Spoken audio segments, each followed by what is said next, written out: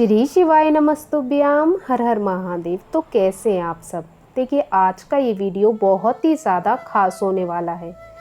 जैसा कि हम सभी जानते हैं कि पितृपक्ष शुरू होने वाला है। पितृपक्ष में करने वाले उपाय जो कि आपको करने हैं मात्र कपूर और लौंग से। देखो, इस बार 29 सितंबर से 14 अक्टूबर तक पितृपक्ष के पावन दिन चलेंगे, ठीक है। और इन्हीं पितृपक्ष के 16 दिनों में आपको ये उपाय करना है जो आज के इस वीडियो में हम आपको बताएंगे। आज का ये वीडियो पितृपक्ष में किसी भी एक दिन, या चाहे आप रोज़ाना भी कर सकते हैं या आखिरी दिन भी आप इस उपाय को कर सकते हैं। 16 दिनों में से जब भी आपकी इच्छा हो तब आप इस उपाय को कर सकते हैं। इससे आपके जो पितृ हैं वो प्रसन्न होते हैं। ये सबसे प्राचीन उपाय है। इसमें पितरों को भोग भी लग जाता है, इसीलिए ये उपाय बहुत ही ज़्यादा खास होने वाला है।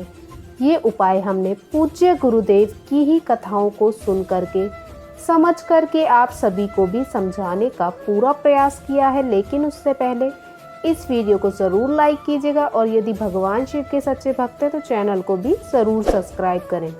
देखिए, हमारे सनातन धर्म में कहते हैं ना कि यदि हमारे पितृ प्रसन्न हो गए ना तो हमारे जीवन के सारे दुखों का अंत हो जाता है। पितृपक्ष में जो ये 16 दिन होते हैं वो हमारे पितरों को समर्पित होते हैं। हमारे जो पितृ होते हैं वो धरती पर आते हैं और इन 16 दिनों में हम उन्हें याद यदि करते हैं और उनके लिए कोई उपाय, छोटे छोटे क्रियाएं करते हैं तो वो प्रसन्न होते हैं, क्योंकि उन्हें लगता है कि हम उन्हें भूले नहीं हैं। इसीलिए हमें समय समय पर उन्हें ज़रूर याद करना चाहिए। ये उपाय करने से आपके पितृ तृप्त होंगे, आपके पितरों को भोग लग जाता है और वो प्रसन्न हो जाते हैं। देखो करना क्या है, अब हम वो जान लेते हैं। तो देखिए, आपको क्या करना है, आपको लेना है माटी का एक दीपक, नया दीपक लेना, ठीक है। तो आपने एक माटी का दीपक ले लिया।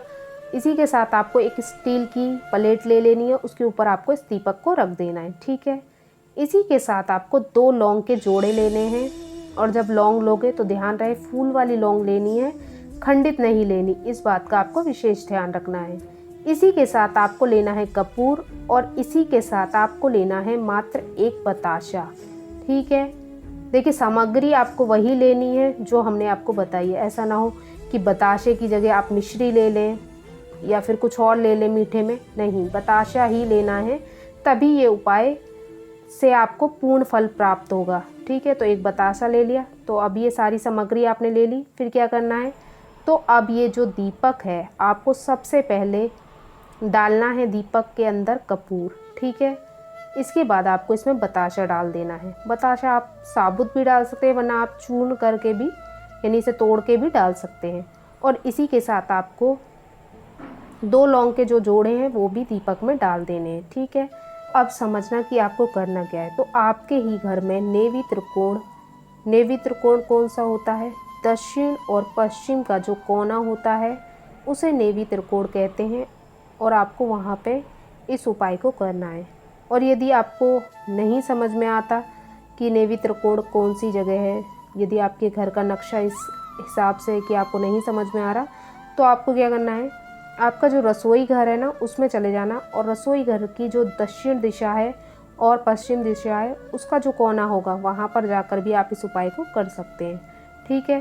तो आप देख लीजिए, या तो आप अपने घर के नेवी त्रिकोण दिशा में कर लीजिए या फिर ये रसोई घर में भी आप इस उपाय को कर सकते हैं, ठीक है। तो क्या करना है, रसोई घर में आप आ गए तो वहाँ पर आपने क्या करना है, जो दीपक आप लेके आए हैं, जो आपने तैयार किया है, उसको आपको प्रज्वलित कर देना है, ठीक है।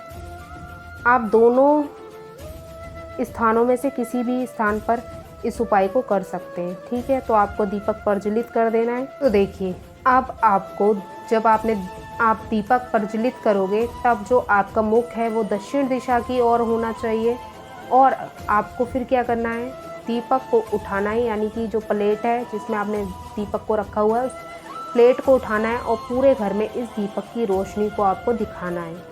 और जब आप घुमाओगे पूरे घर में इस प्लेट को लेकर के, दीपक की रोशनी दिखाओगे तब आपको ओम पितृ देवताय नमः मंत्र का जाप करते हुए पितृ खुश हो, पितृ प्रसन्न हो और जो भी हमसे गलती हुई है उसके लिए हमें माफ़ करें, ऐसी कामना को करते हुए पूरे घर में इस दीपक की रोशनी को घुमाना है, दिखाना है यानी।